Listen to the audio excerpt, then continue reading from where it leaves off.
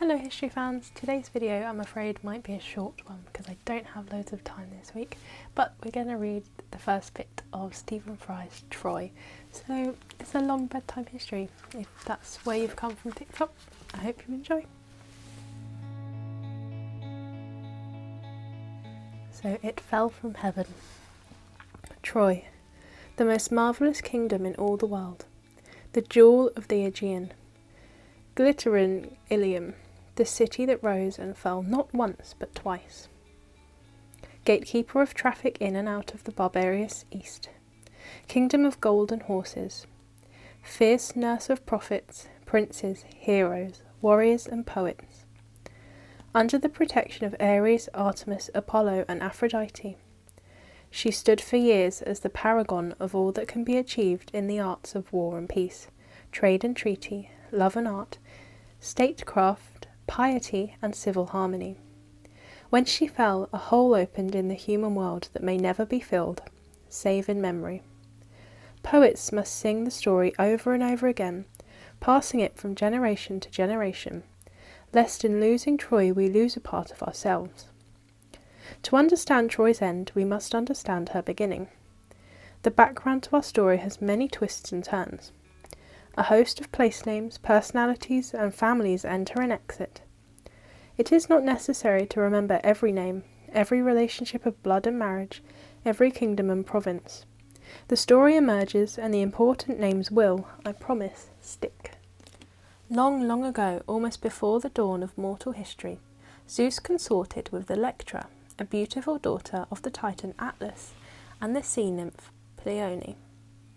Electra bore Zeus a son, Dardanus, who travelled throughout Greece and the islands of the Aegean, searching for a place in which he could build and raise his own dynasty. He alighted at last on the Ionian coast. If you have never visited Ionia, you should know that it is the land east of the Aegean Sea, which used to be called Asia Minor, but we now know as Turkish Anatolia. The great kingdoms of Phrygia and Lydia were there, but they were already occupied and ruled over, so it was in the north that Dardanus settled, occupying the peninsula that lies below the Hellespont, the straits into which Helle fell from the back of the Golden Ram. Years later, Jason would sail through the Hellespont on his way to find the fleece of that ram. The love-struck Leander would swim nightly across the Hellespont to be with Hero, his beloved. The city Dardanus established was called, with little imagination and less modesty, Dardanus, while the whole kingdom took on the name Dardania. Following the founder king's death, Ilus, the oldest of his 3 sons, ruled, but he died childless, leaving the throne to his brother, the middle son, Erychthonius. The reign of Erychthonius was peaceful and prosperous. In the lee of Mount Ida, his lands were fed by the waters of the benign river gods Simoeis and Scamander, who blessed the land of Dardania with great fertility. Erychthonius grew to become the richest man in the known world, famous for his 3,000 mares and their countless foals. Boreas, the north wind, took the form of a wild stallion and fathered a remarkable race of horse by the filly foals of Erychthonius's herd. These colts were so agile and light of foot they could gallop through fields of corn without bending a stalk, so they say. Horses and riches. Always, when we talk of Troy, we find ourselves talking of wondrous horses and unaccountable riches. Foundation. After the death of Erychthonius, his son Tros succeeded to the throne. Tros had a daughter, Cleopatra, and 3 sons, Ilus, named in honour of his great-uncle, Assaracus, and Ganymede. The story of Prince Ganymede is well known. His beauty was so great that Zeus himself was seized by an overmastering passion for him. Taking the form of an eagle, the god swooped down and bore the boy up to Olympus, where he served as Zeus's beloved minion, companion and cupbearer. To compensate Tros for the loss of his son, Zeus sent Hermes to him, bearing the gift of 2 divine horses, so swift and light they could gallop over water. Tros was consoled by these magical animals, and by Hermes' assurance that Ganymede was now, and by definition always would be, immortal. It was Ganymede's brother Prince Ilus who founded the new city that would be named Troy in Tros's honour. He won a wrestling match at the Phrygian Games, the prize consisting of 50 youths and 50 maidens, but more importantly, a cow, a very special cow that an oracle directed Ilius to use for the founding of a city. Wherever the cow lies down, there shall ye build. If Ilus had heard the story of Cadmus, and who had not, he would have known that Cadmus and Harmonia, acting in accordance with instructions from an oracle, had followed a cow and waited for the animal to lie down as an indication of where they were to build what would become Thebes, the first great city-states of Greece. It may seem to us that the practice of allowing cows to choose where a city should be built is arbitrary and bizarre, but perhaps a little reflection should tell us that it is not so strange after all. Where there is to be a city, there must also be plentiful sources of meat, milk, leather, and cheese for its citizens, not to mention strong draughts of animals, oxen for ploughing fields and pulling carts. If a cow has taken enough by the amenities of a region to feel able to lie down, then it is worth paying attention. At any rate, Ilus was content to follow his prize heifer all the way north from Phrygia to the Troad, past the slopes of Mount Ida and onto the great plain of Dardania, and it was here, not far from where Ilis's great-grandfather's first city of Dardanus had been built, that the heifer lay down at last. Ilus looked about him. It was a fine place for a new city. To the south rose the massif of Mount Ida, and at some distance to the north ran the straits of the Hellespont.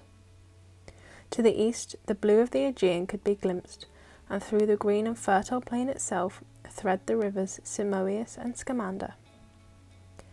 Ilus knelt down and prayed to the gods for a sign that he had made no mistake. In immediate answer, a wooden object fell from the sky and landed at his feet in a great cloud of dust. It was about to be the height of a 10-year-old child, and carved into a likeness of Pallas Athena, a spear in one upraised hand and a distaff and spindle in the other, representing the arts of war and the arts of peace, over which the grey-eyed goddess held domain. The act of looking at so sacred an object struck Ilus instantly blind. He was wise enough in the ways of the Olympians not to panic. Falling to his knees, he cast up prayers of thanks to the heavens. After a week of steadfast devotion, he was rewarded with the restoration of sight. Brimming with revived energy and zeal, he began at once to lay out the foundations for his new city. He planned the streets so that they radiated like the spokes of a wheel from a central temple which would be dedicated to Athena. In the innermost sanctum of the temple he placed the wooden carving of Pallas Athena that fell from the sky. The luck of Troy, the symbol and assurance of the city's divine status. So long as this sacred totem reposed there unmolested, so long would Troy prosper and endure. So Ilus believed, and so the people who flocked to help him build and populate this new city believed too. They called the wooden carving the Palladium, and after Ilis's father Tros, they gave their city and themselves the new names of Troy and Trojans. There we have the founding line, from Dardanus to his son Ilus the first, and Erychthonius, whose son Tros fathered Ilus the second, after whom Troy is also called Ilium or Ilion. Curses. There was another royal line in Ionia, which we would know about. Its importance would be difficult to overstate. You may already know the story of King Tantalus, who ruled in Lydia, a kingdom to the south of Troy. Tantalus served up his son Pelops to the gods in a stew. Young Pelops was reassembled and resurrected by the gods, and grew up to be a handsome popular prince and a lover of Poseidon, who gave him a chariot drawn by winged horses. This chariot led to a curse, which led to almost everything. Ilus had been as outraged as anyone by Tantalus's depravity, enough to expel him by force of arms from the region. You would imagine that Pelops would have no objection to his father's expulsion. After all, Tantalus had slaughtered him, his own son, butchered him and presented him to the Olympians in a fricassee, but far from it. No sooner had Pelops attained manhood than he raised an army and attacked Ilus, but was easily bested in battle. Pelops left Ionia, settled at last in land far to the west, the peninsula off mainland Greece, that is called the Peloponnese, after him to this day.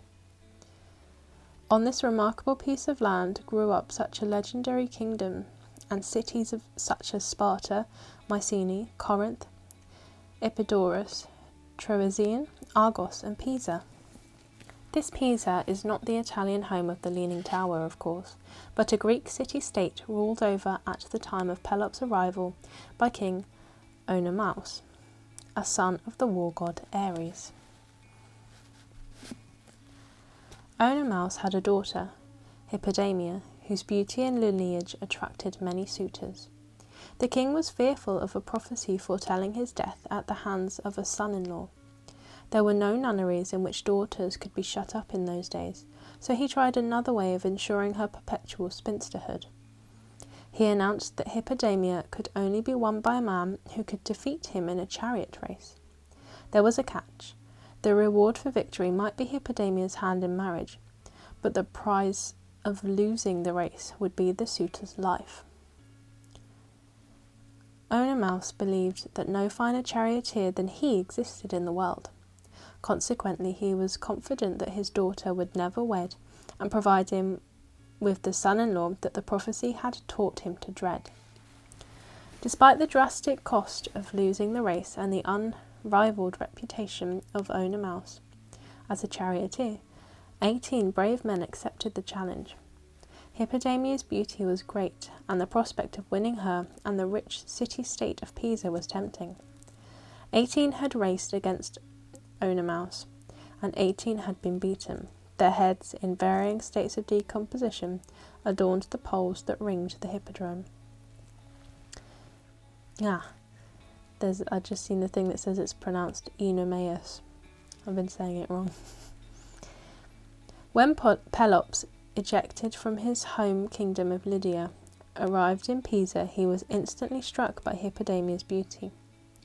While he believed his own skills as a horseman, he thought it wise to call upon his one-time lover Poseidon for extra aid. The god of the sea and of horses was happy to send from the waves a chariot and 2 winged steeds of great power and speed. To make doubly sure, Pelops bribed Oenomaus, his charioteer Myrtilus, a son of Hermes, to help him win. Motivated by the promise of half of Oenomaus' kingdom and a night in bed with Hippodamia, with whom he too was in love, Myrtilus crept into the stables the night before the race and replaced the bronze linchpins which fixed the axle of Oenomaus' chariot with substitute carved from beeswax. The next day, when the race began, young Pelops dashed into the lead, but so great was King Oenomaus' skill that he soon began to catch up.